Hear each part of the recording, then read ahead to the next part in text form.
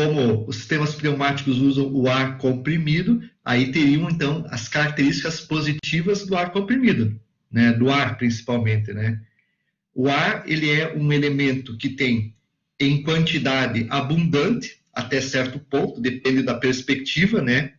O transporte dele em uma tubulação é fácil, ele não é inflamável, né? Não é combustível, então fica fácil transportar o ar dentro de uma tubulação. O armazenamento também, de uma certa forma, é relativamente simples. Há uma segurança se houver algum vazamento do fluido, não há problema de contaminação do meio ambiente, né? E das pessoas. De forma geral, ele apresenta uma certa limpeza adequada e velocidades, né? Permite velocidades bastante elevadas, tá?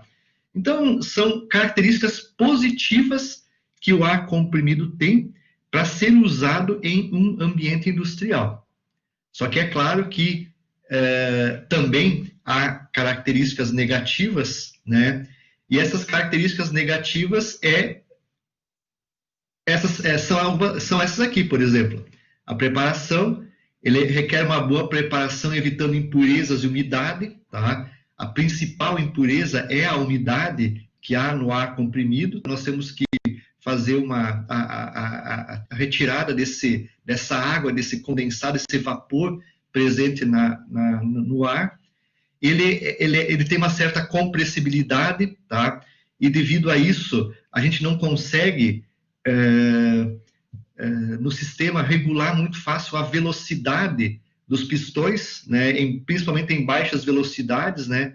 Então é difícil fazer a regulagem dele, mesmo tendo lá um sistema meter out de controle de velocidade nos atuadores, é difícil fazer com que ele trabalhe a baixas velocidades. Na verdade, o ar vai enchendo, chega um ponto que a pressão aumenta e ele empurra rapidamente o atuador e é difícil de controlar. Ele é econômico até forças de aproximadamente 500 kg força, tá? Aproximadamente 5.000 newton. Até ali, ele ainda é econômico, certo? Quando você trabalha em pressões no regime industrial de 6 a 7 bar, e depois disso, realmente, ele começa a ficar antieconômico. Talvez seja necessário usar um sistema hidráulico ou outro ao invés do sistema pneumático, tá? Porque até 7 bar de pressão, o limite aproximado é 5.000 newton, tá?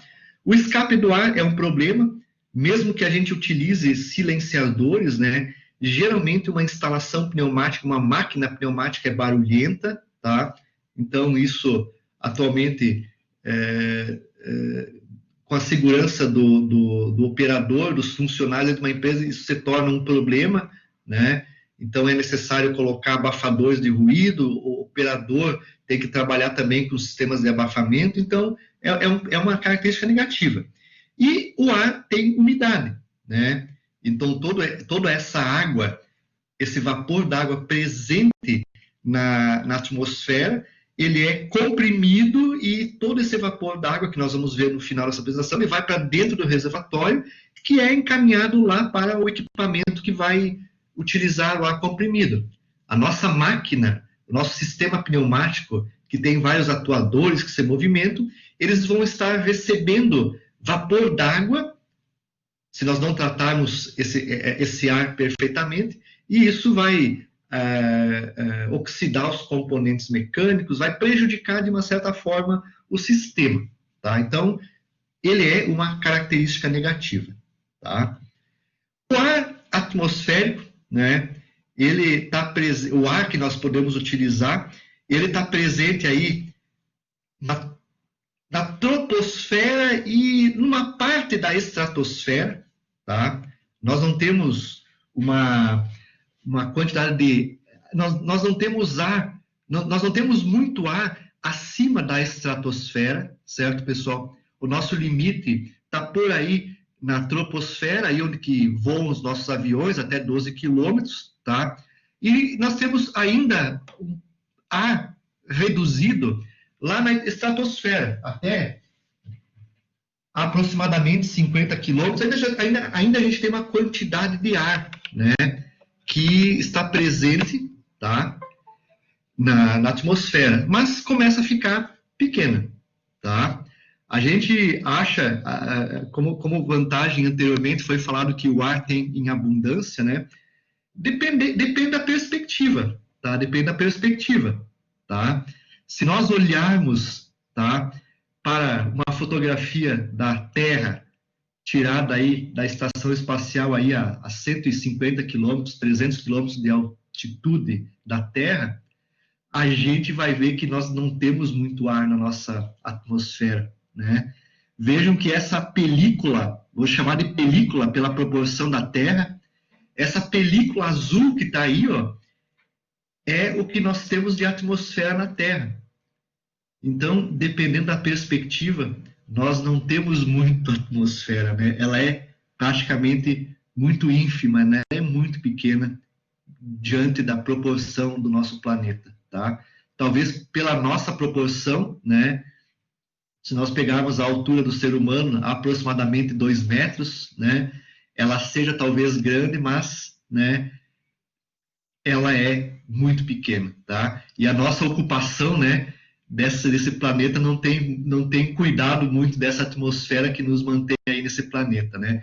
Nem mesmo o Covid-19 conseguiu diminuir a nossa velocidade, né, nesse planeta, né, e dá para se dizer que um dia aí, quem sabe, ela pode sofrer um trauma muito grande e vir a começar a causar problema para nós. Ela é muito pequena e nós como civilização, né, não conseguimos cuidar muito bem dela. Mas tá aí, ó, tá? Ela é muito pequena, né? Ela é muito pequena, é uma proporção quase que insignificativa frente ao diâmetro do nosso planeta, né? Mas tá aí, né? Essa película que nós temos aí é a que nós usamos nos sistemas industriais.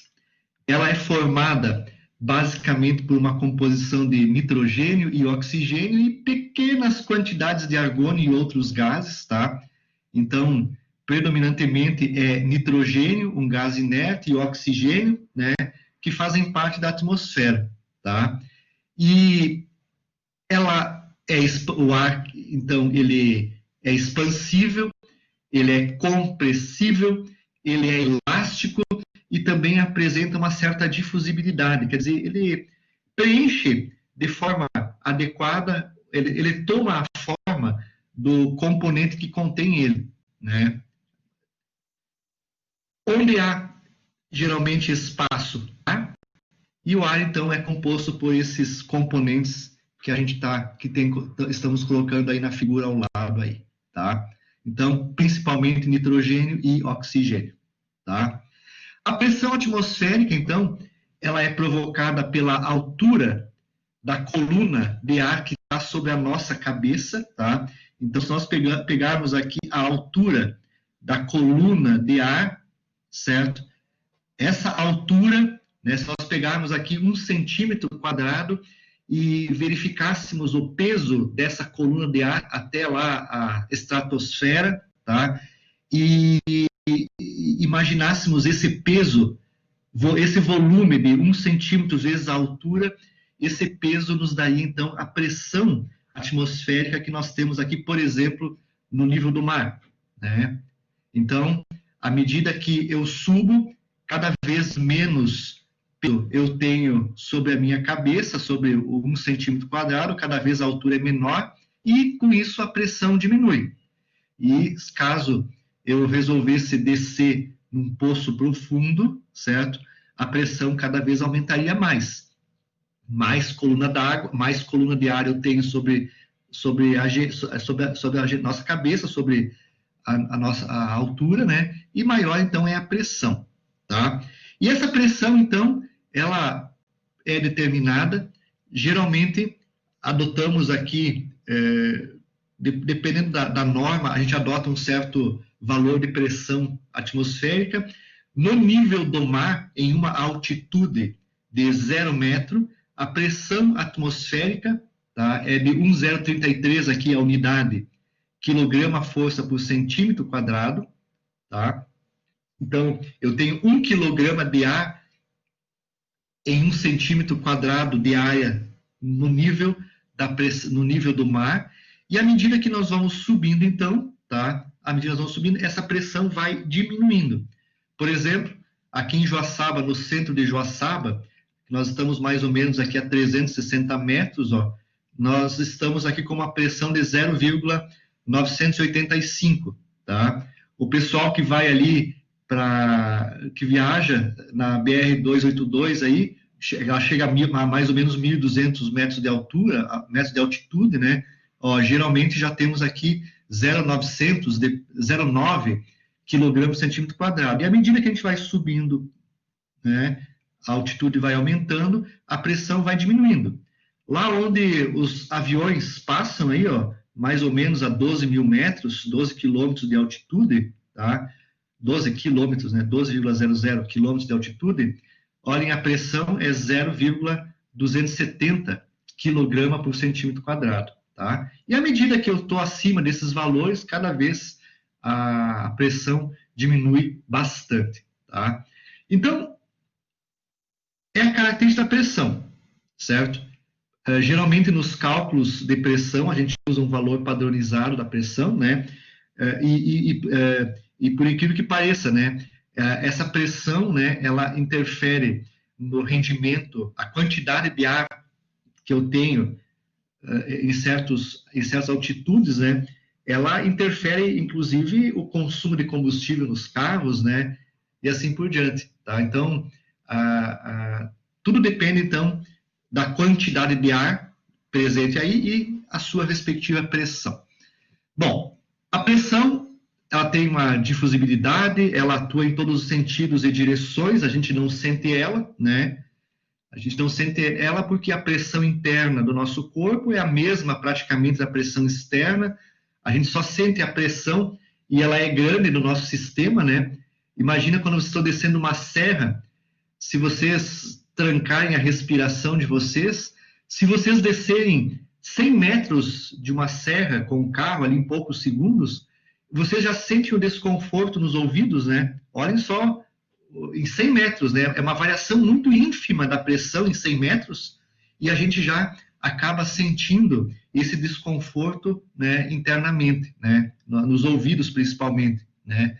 Então, a intensidade dessa pressão, né, desses valores é muito grande, tá? Então, a gente não sente porque a nossa pressão interna é a mesma pressão externa, né? Mas no momento que nós fecharmos a boca e nariz e assim por diante e descermos, a gente vai sentir a pressão diferente, tá? Tanto é que, geralmente, para descer uma serra de carro, a gente deveria abrir a boca e deixar que, enquanto nós estamos descendo, deixar que essa pressão, né, vai se normalizando dentro do nosso corpo e fique sempre em equilíbrio com a pressão externa. Essa seria a melhor forma de evitar o desconforto nesses casos de descida de serra, tá? Ela é, então, a pressão, existe uma pressão padrão, tá? Então, essa pressão padrão, pela Organização da Aviação Internacional, tem várias normas que especificam isso, ela corresponde a 1013,25 milibar de pressão, tá? A pressão no nível do mar, e está associada a uma temperatura de 15 graus Celsius, tá? Então, todas as vezes que nós vamos estar trabalhando com pressão, a gente relaciona sempre a pressão com a temperatura. E aí, usando algumas leis, a gente pode transformar essas propriedades em outras, né? Em outra pressão e em outra temperatura, tá? Aqui, algumas recomendações da ISO quanto à atmosfera padrão, tá? Tem uma série de recomendações aqui usadas, atmosferas que são usadas em testes, tá? Mas, geralmente, o nosso padrão, né, é os 1013 milibar, né, de pressão atmosférica no nível do mar e a uma pressão, a uma temperatura de 15 graus Celsius. A atmosfera, ela pode ser, a pressão pode ser medida pelo barômetro de mercúrio, tá? Que corresponde à altura de mercúrio, né, que nós temos. Então, se nós tivermos,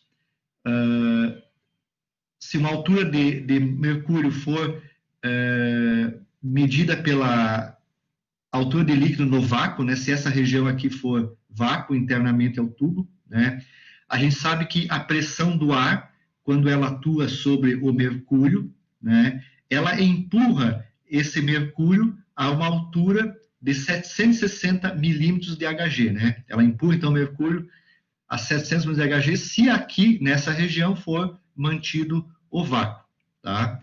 Então, é praticamente 1 metro de Hg, né? Corresponde à nossa pressão atmosférica lá no nível do mar, tá? E se fosse água, ao invés aqui de mercúrio, se fosse H2O, pela sua densidade, que é quase 14 vezes menor do que a mercúrio, essa coluna seria, então, aproximadamente quase que 10 metros de altura de coluna d'água, tá? Ok? A gente tem atmosfera, a gente pode também medir vácuo a partir do torr, né? Então, as medidas de vácuo, 1 milímetro de Hg corresponde a 1 torr, geralmente o vácuo é medido pelo torr, né? Ok? Ou milímetro de Hg também, né? Dessa mesma proporção. Então, o vácuo nulo corresponde a 760 torr, certo? Que é a medida, então, que eu tenho associada com o vácuo, tá? O vácuo, a gente consegue enxergar a força da pressão atmosférica quando a gente, por exemplo, industrialmente, a gente observa o funcionamento das máquinas, das vacuum forming, né? As máquinas de vácuo, né? Então, a gente pode pegar uma máquina, criar o vácuo, por exemplo, nessa região ou dentro, colocamos essa matriz, colocamos uma placa formadora de um material plástico, alguma coisa assim, né? E se nós criarmos vácuo em um certo ponto, né, a chapa de material plástico, ela é succionada pelo vácuo e acaba formando, então, né, peças que a gente usa na indústria de maneira geral. Por exemplo, quando o ar é vivo, então, nessa matriz, por exemplo, internamente, as geladeiras, elas são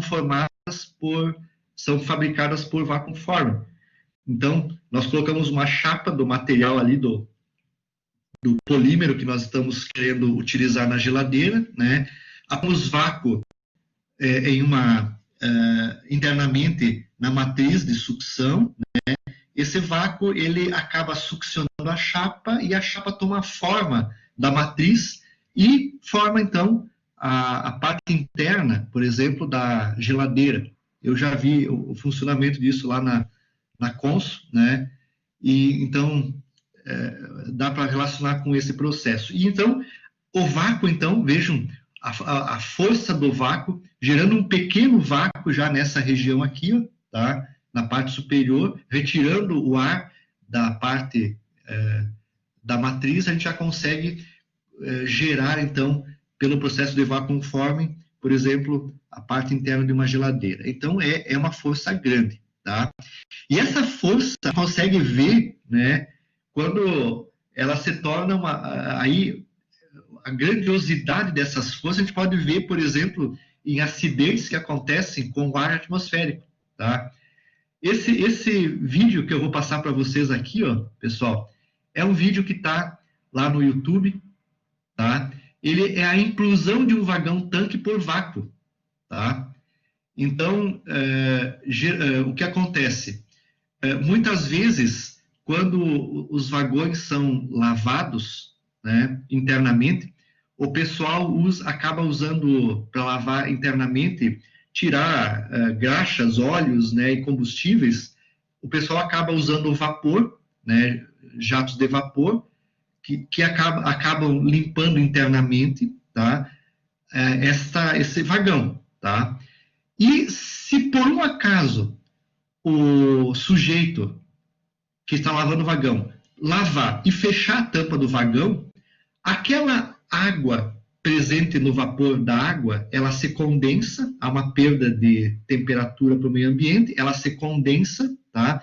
E acaba formando um certo vácuo dentro do tanque. E aí a pressão atmosférica acaba empurrando o vagão, né, o cilindro de pressão para dentro, né, para ocupar aquele espaço do vácuo, e acaba acontecendo esses problemas aí. Vejam só esse vídeo, eu coloquei mais para mostrar essa intensidade da pressão atmosférica que a gente não consegue enxergar ela, tá? Olhem só.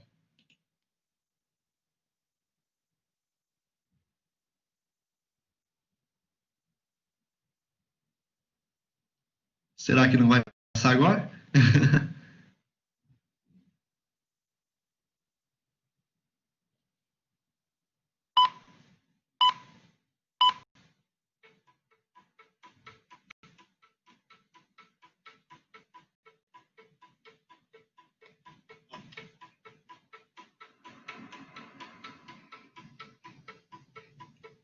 Olhem o que aconteceu com o tanque.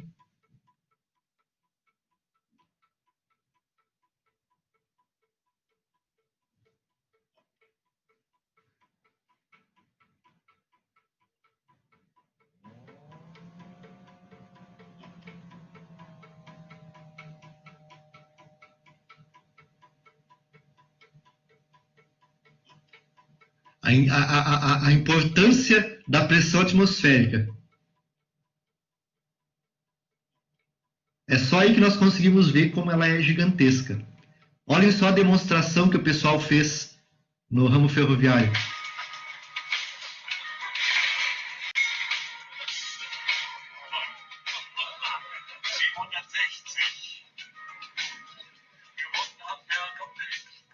O pessoal gerou vácuo dentro do tanque, olha o que acontece.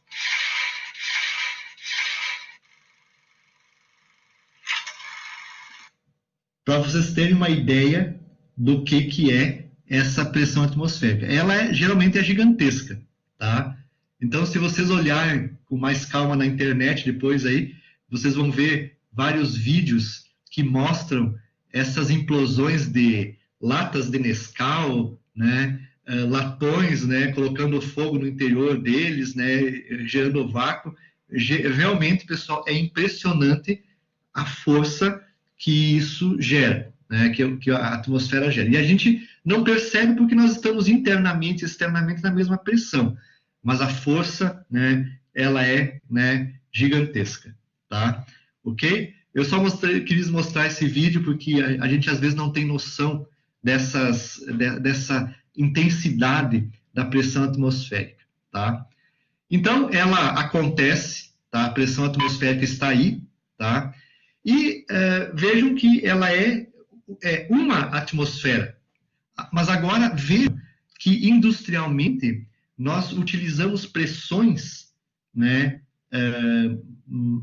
manométricas aí na faixa de 6 a 10 bar de pressão, né? Nessa figurinha aqui ao lado tem aproximadamente uma escala do uso da pressão dentro do ambiente industrial. E geralmente, né, nas redes de ar comprimido que estão disponíveis na indústria, a gente utiliza, se for medir a pressão com um manômetro, em termos de pressão manométrica, o uso industrial é de 6 a 10 bar de pressão manométrica, que corresponde, então, na absoluta, de 7 a 11 bar de pressão absoluta. Tá? Gente, agora, se tratando do estudo do ar comprimido, nós temos que diferenciar quando nós estamos trabalhando com pressão absoluta ou quando nós estamos trabalhando com pressão manométrica, tá? Então, nós temos que especificar essa pressão e identificar lá na letra, na variável, se ela é absoluta ou manométrica, tá? Então, geralmente aqui nestes slides, tá? a gente usa aqui o PA como pressão absoluta e o PG, né? PG de gauge, de manômetro, né? O G é de gauge, né? Que é manômetro, tá? Manômetro. A gente usa, então, o PG para indicar que é uma pressão manométrica, tá? Então, sempre temos que trabalhar com isso. A pressão atmosférica manométrica é 0 bar, né? Mas a pressão absoluta manométrica, lá no nível do mar, é 1 bar, né? Tá? Então, nós temos que ter isso em mente. E a pressão absoluta, então, ó, ela é transformada em a pressão manométrica PG é transformada em pressão absoluta, somando o valor da pressão atmosférica. No nível do mar, né, a gente assume sempre a atmosfera como sendo 1, né? Essa atmosfera, para cálculos rápidos, a gente assume como sendo 1, mas se vamos fazer cálculos mais apurados, nós temos que colocar lá o 1,013, né? Ou 1,013 milibar, né? Então, dependendo do cálculo, se for um cálculo mais preciso, a gente usa 1,013. Se for um cálculo mais rápido do dia a dia, né, um exercício de aula e assim por diante, a gente acaba até usando o 1. Então, a transformação de pressão manométrica, P-gauge, em pressão absoluta, é somar sempre mais 1 ou mais 1,013. Tá? Então, essa é a variação que pode ocorrer. Tá? Há cálculos que são feitos com pressão absoluta. Tá? Há outros cálculos dentro de pneumática que são feitos com pressão manométrica. Tá? Então, nós temos que ter esse cuidado sempre ao fazer os cálculos, verificar qual o tipo de pressão que é necessária, absoluta ou manométrica. Tá? Então, tá aí, ó, tá?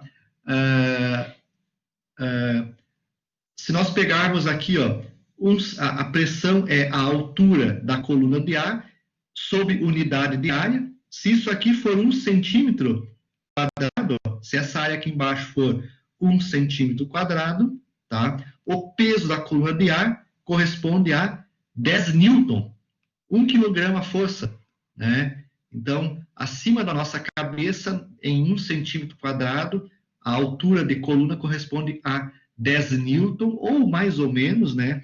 Dividido por 9,31 a 1 quilograma e pouco, né? Por centímetro quadrado. 1 quilograma de ar na nossa altura, certo? Ok? A gente não percebe isso, que é muito pequeno, né? A gente consegue ver somente lá no caso do tanque, né? Naquela estrutura gigantesca que é esmagada, né? Quando se cria um pouco de vácuo no interior do tanque, tá? Pode ser medida também em polegadas, tá? Meu Deus, eu tenho pânico em utilizar essas unidades em polegada, tá? Mas elas estão aí, tá?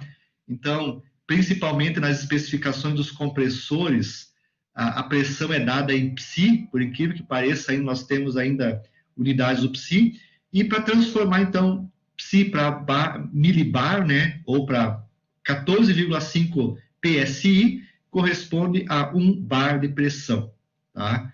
Então, é uma variável que a gente utiliza ainda bastante. A gente, nos pneus automotivos, a gente usa mais ou menos 32 psi de pressão atualmente nos veículos, né? Isso corresponde a aproximadamente 2 bar de pressão. Então, cada vez que vocês forem abastecer lá no posto de combustível e mandarem calibrar os pneus com 30 bar de pressão, mais ou menos, 30 psi, né? 30, a gente fala, coloca 30, né, libras, né? 30 libras, né? Corresponde a um pouquinho mais do que 2 bar de pressão. Tá? Então, a gente está colocando lá no pneu 2 bar de pressão internamente. Tá? Só para vocês terem uma ideia da intensidade da pressão. Ok? Temos diversas unidades de pressão. Tá? Então, aqui, mais algumas equivalências entre pressões. Tá? E pressão se transforma em força. Lá no caso do vagão, né? Aquele vácuo, a pressão externa, a atmosfera, gera uma força e aquela força acaba esmagando o vagão, né? Então, sempre que eu tenho, não ligado com o vagão, né, mas ligado com pressão, sempre o ar comprimido, ele exerce força perpendicular à superfície, né? Então, no caso de um vaso de pressão ou de um equipamento pressurizado, tá? Sempre a pressão está distribuída uniformemente sobre as paredes do recipiente.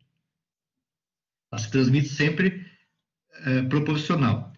Para cada bar de pressão manométrica, 10 newton, então, são exercidos sobre cada centímetro quadrado. Ó. Então, ó, para cada, né, um bar de pressão que eu tenho internamente, 1 centímetro quadrado dessa área é suportada por 10 newton, ou 1 quilograma força por 1 quilograma força por centímetro quadrado.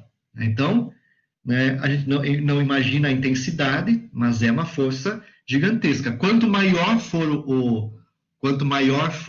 o volume interno, né, maior são as forças que estão ali envolvidas, tá?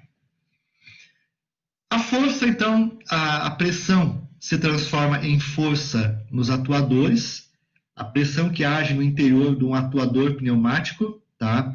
Se nós, então, dividirmos a pressão sobre a área do êmbolo, né? A área do êmbolo, nós temos, então, o conceito de força ou impulso que é gerado, e essa força, então, é a pressão, né? Vezes a área, tá? Newton por milímetro quadrado, vamos colocar aqui uma unidade, milímetro quadrado vezes milímetro quadrado, né, dá unidade de força, então, aqui, se nós fôssemos fazer uma análise dimensional, tá? Então, o êmbolo, ele sempre vai ser empurrado com essa força P vezes área, pressão interna vezes área. Usamos a pressão absoluta ou a pressão gauge, tá? Nesses casos aqui, tá? Aqui nós estamos com a pressão atmosférica. Então, esse cálculo de força, como nós estamos trabalhando com a pressão atmosférica, né, para não fazer um cálculo de uma força absoluta menos outra força absoluta da pressão atmosférica, a gente acaba usando a pressão manométrica. Então, o PG, a pressão manométrica, ela é utilizada para fazer o cálculo da força. Porque nós estamos considerando que a pressão no outro lado é 0 bar. Tá? Se nós considerássemos aqui a pressão absoluta, 1 bar, no outro lado, a pressão atmosférica, nós utilizaríamos aqui a fórmula ΔP para fazer, então, o cálculo da força. Né? A variação de pressão em um lado e outro, né, vai nos dar, então, a pressão que empurra a área A e gera a força F. No caso de um cilindro, a força que é contida pelo cilindro, geralmente nós pegamos o cilindro, aqui o cilindro é esse componente laranja, né? Nós determinamos a área projetada do cilindro, tá? Vejam que, mesmo sendo um cilindro, né, a nossa área projetada é o diâmetro desse cilindro. Eu estou projetando, então, esse cilindro contra a parede, e essa área projetada, então, corresponde ao diâmetro e ao comprimento do cilindro, um comprimento do cilindro pneumático. Então, essa área projetada aqui, ó, tá, que eu tenho, que é D vezes L, essa área projetada, ela é igual a D vezes o L. Se nós pegarmos a pressão, né, a força, então, que o atuador, o cilindro suporta, é a pressão vezes essa área projetada. Vou colocar AP aqui, ó, tá? Então, essa região toda aqui, as paredes do cilindro, é como se elas fossem jogadas, fossem empurradas para fora com essa força F aqui, ó, Força F, P vezes AP. E aí, se eu tenho aqui, então, a espessura desta parede aqui, ó, imagine que aqui eu tenho uma área, ó. Eu vou colocar aqui a área azul aqui, ó. Se eu precisasse calcular aqui no cilindro qual que é a tensão que é desenvolvida, tá? Essa força que joga o cilindro para fora, ela acaba sendo distribuída ao longo dessa área, e aqui, então, acaba gerando uma tensão, associando esse conteúdo aqui com resistência dos materiais, ou elemento de máquinas, né? Acaba gerando uma tensão normal, que é a força por área projetada, então aquela força, dividido por essa área aqui, ó, que é espessura vezes o L. Sigma é força sobre a espessura do cilindro vezes o comprimento L. Aqui, então, gera uma tensão, né, sobre o cilindro. Essa tensão no cilindro, a tensão de trabalho, né, ela tem que ser menor que a tensão admissível, no caso de um projeto de um cilindro, menor que a tensão admissível do material com que esse cilindro é confeccionado. E a tensão admissível, né, é geralmente a tensão de escoamento sobre um coeficiente de segurança. Só para ligar tudo isso lá com resistência dos materiais e também com elemento de máquinas aí. Feito? Então, há ligações, né? Então, a área projetada, tá? A gente sempre usa a área projetada para calcular essa força que acaba atuando sobre o cilindro aí, certo? Na verdade, aqui ainda tem, nessa área aqui tem duas áreas, né? Tem essa área aqui e tem a outra, ó, do outro lado, né? Temos que levar em consideração as duas áreas, né? Para fazer o cálculo desta tensão, certo? Tá? Bom, no caso, ainda pressão e força, se nós tivéssemos, no caso aqui, isso aqui eu já até perguntei para vocês, se nós tivéssemos um atuador pneumático, aqui ele tem uma área do êmbolo, e aqui no outro lado ele tem uma área da coroa, né? A gente chama aquela área que sobra aqui, ó, essa área vermelha que eu coloquei aqui, a área da coroa, e essa área aqui é a área do êmbolo, né, a área do êmbolo, e tem também, em função desse diâmetro, a área da haste, tá? Então, se nós pegássemos uma mesma fonte de pressão, a mesma pressão, e colocássemos nas duas extremidades do cilindro, tá? Como a área do êmbolo é maior que a área da coroa, o pistão se deslocaria, nesse caso aqui, para a direita. Tá? Então, há uma diferença de força nos dois lados e o êmbolo vai para a direção, para aquele sentido em que a força é maior. Como aqui tem maior área, né, a pressão é a mesma nos dois lados, ele vai então para a direita. Se nós tivéssemos um cilindro de haste dupla com o mesmo diâmetro de haste, tá, e colocasse a mesma fonte de pressão nas duas extremidades, o cilindro ficaria parado na mesma posição. Não se moveria nem para um lado nem para o outro. Tá? As áreas são iguais, as forças são iguais nos dois lados e o sistema está em equilíbrio, está balanceado. As válvulas que nós utilizamos, né, elas possuem o spool balanceado. Nós já estudamos as válvulas pneumáticas, né? Vimos que a conexão de pressão entre um lado e outro do atuador depende do movimento do spool internamente. Esse é o spool. Ele é uma peça com esse formato que interliga regiões, né, do atuador. Ele manda pressão de um lado para o outro da válvula, que manda pressão para os atuadores. Então, vejam que as válvulas, para movimentar elas, nós não precisamos de força, somente a força para vencer o atrito dos elementos de vedação. Mas, internamente, sempre nas válvulas, a pressão é balanceada. Por exemplo, se a pressão atuar nessa região, ó, ela está balanceada. Uma parte dela empurra para a esquerda, né? Eu vou ter uma força para a esquerda e outra força para a direita. Como as áreas dos dois lados são iguais, elas estão em equilíbrio, estão balanceadas.